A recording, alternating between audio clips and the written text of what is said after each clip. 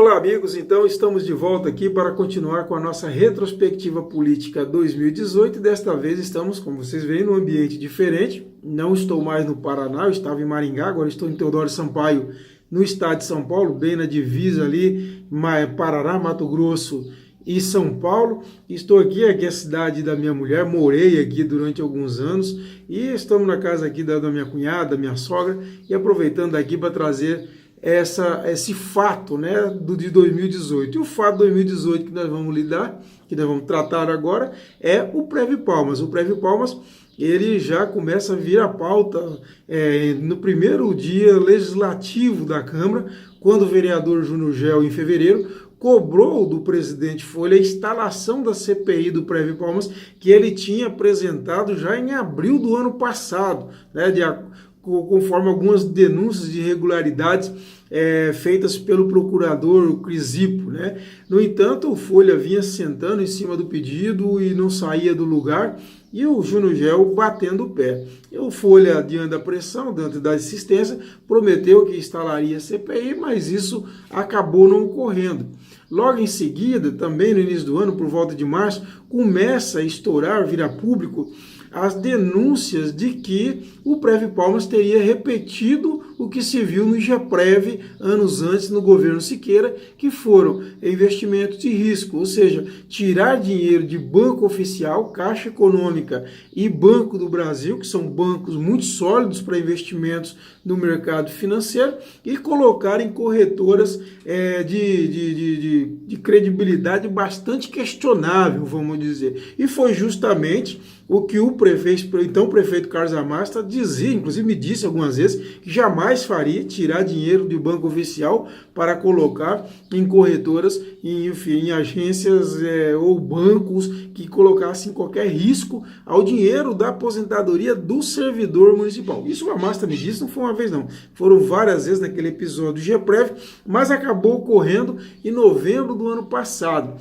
O que aconteceu? Vamos relembrar. Em novembro do ano passado, foi feito um investimento de 30 milhões no chamado Fundo Cais Mauá. O Cais Mauá é um empreendimento de Porto Alegre, que é um cais que estava meio desativado lá, e que eles resolveram urbanizar, modernizar, inclusive previa construção de shoppings, enfim, fazer uma urbanização, tornar esse cais de Porto Alegre um atrativo turístico e até de convivência para os próprios gaúchos, né? E aí precisava de dinheiro, foram atrás de dinheiro e buscaram recursos nos fundos de investimentos de fundos de pensão, né? E um fundo de pensão foi justamente o do servidor de Palmas. E de alguma forma essa informação chegou até Palmas, é uma coisa que eu tenho curiosidade de saber como que o Previ-Palmas soube do tal cais fundo, do tal cais Mauá.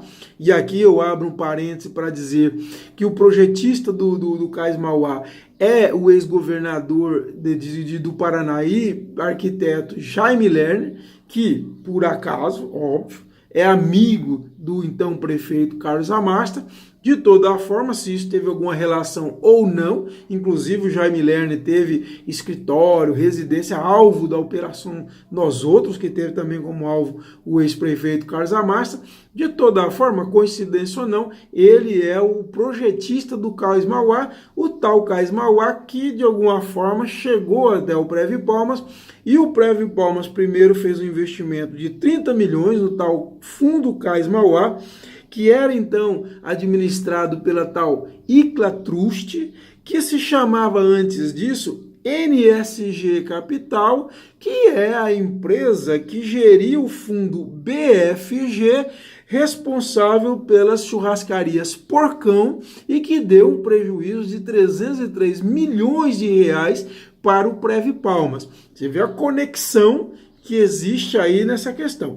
Depois foi feito um outro investimento, um pouco depois, se não me engano, esse foi em novembro de 2017, dezembro de 2017, se não me falha a memória, foi feito um outro investimento de mais 20 milhões, ou seja, foram 30 milhões no tal Fundo Cais Mauá e mais 20 milhões num tal Tercom, né? Ou seja, perfazendo aí os 50 milhões de reais. são fundos extremamente de risco.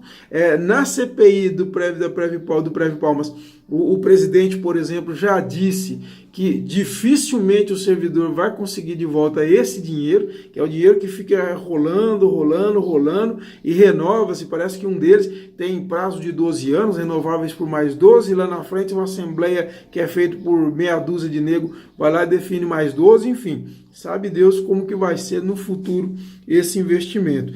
De toda forma, o TCE chegou a pedir na época, já por volta de março, o afastamento do presidente do Prev Palmas, o seu Max Fleury, e diante da pressão, nós na mídia divulgando, falando, questionando, o Max Fleury pediu exoneração e o prefeito, então o prefeito Carlos Amasta, nomeou um outro presidente e sempre negando. Para você ter uma ideia, o Amasta e os secretários dele chegaram numa coletiva negar esse investimento de 20 milhões na Tercom.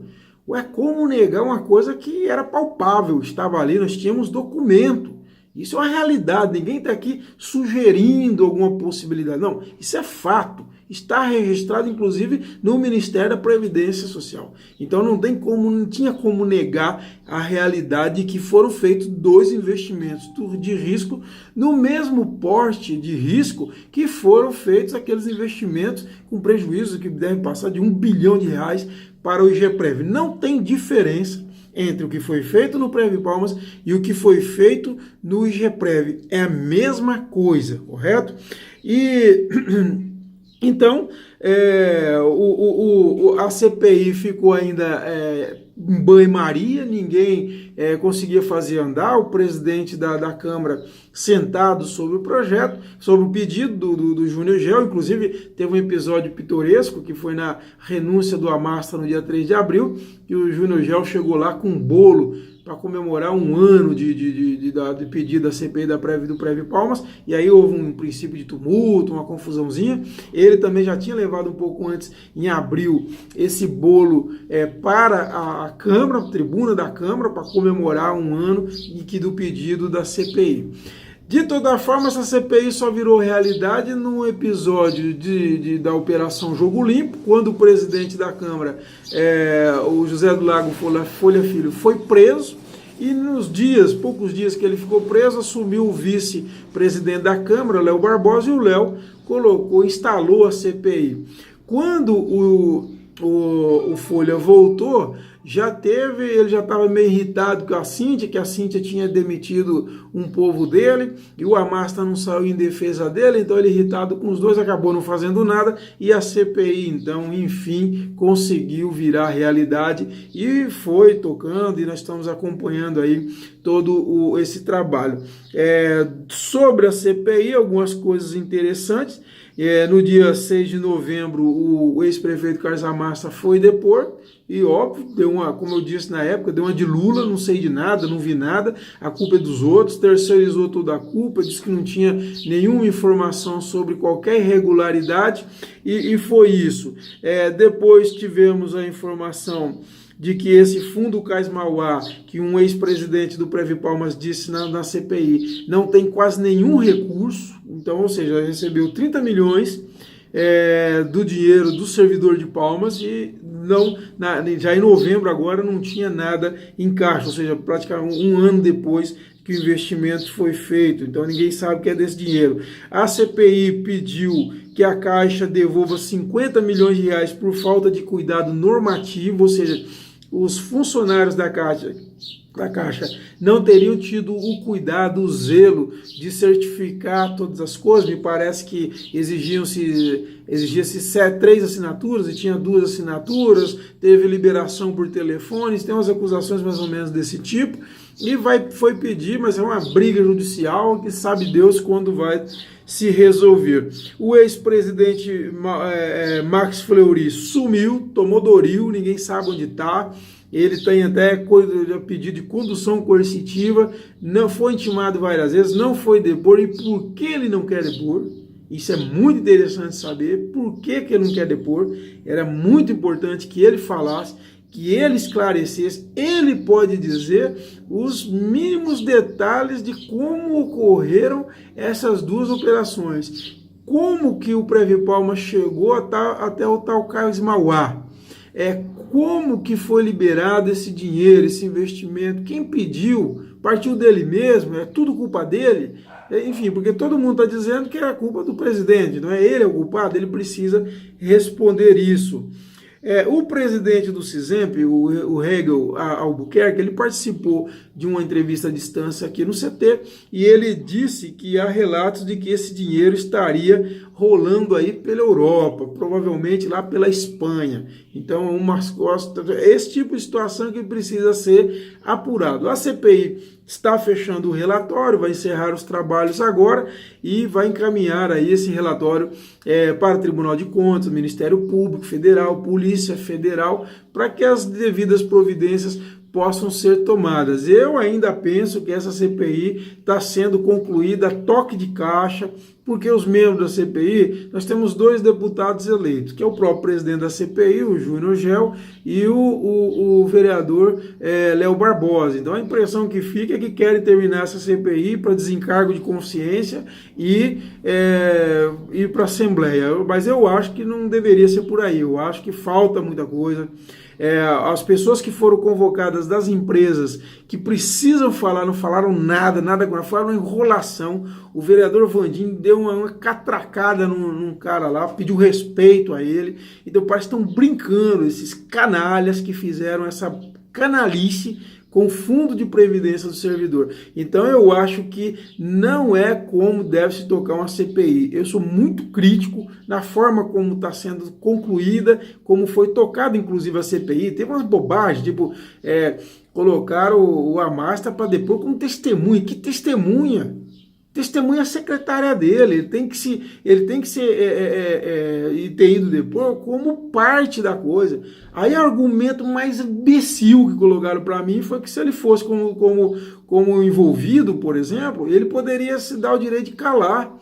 Que ele ficasse calado 2 horas, quem cala consente, que ele calasse, não tem problema. Agora, ele foi como testemunha, não disse nada, culpou todo mundo, só ele é inocente. Enfim, e fica por isso mesmo. Essas questões que precisam ser muito bem esclarecidas, ninguém está culpando ninguém, mas precisa esclarecer. E essa convocação do Amasta foi um dos grandes erros dessa CPI. Convocaram como testemunha, um absurdo. Não tem justificativa que me convença de contrário, que ele ficasse calado 2 horas. Ia ser muito bonito ele dizer a todo momento, olha, meus advogados me orientaram a não responder. Seria lindo acontecesse isso durante 2 horas, não tem problema. Agora, convocá-lo como testemunha foi uma barbeiragem. Outra coisa é terminar a toque de caixa. Está terminando a toque de caixa, porque os deputados têm que tomar posse, os vereadores eleitos deputados têm que tomar posse, então tem que terminar para desencargo de consciência deles. É essa a impressão que fica. Essa CPI está terminando pela metade. Ela não foi bem feita. É essa a avaliação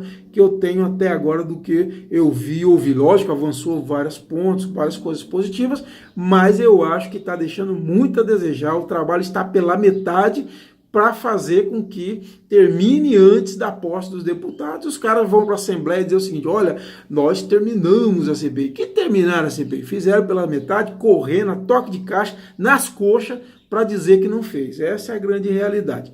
É isso, pessoal, que eu tinha a dizer sobre a questão do Previpalmas. Espero que tenham gostado. Convido vocês a curtirem o vídeo se você gostou. Que você se inscreva no nosso canal. É muito importante para nós, para a gente continuar fazendo esse trabalho. E o YouTube cobra isso. Então, eu peço a vocês, se inscrevam no nosso canal e clique no sininho que vai aparecer em seguida para você receber as atualizações conforme a gente for postando por aqui. Um abraço a todos e muito obrigado.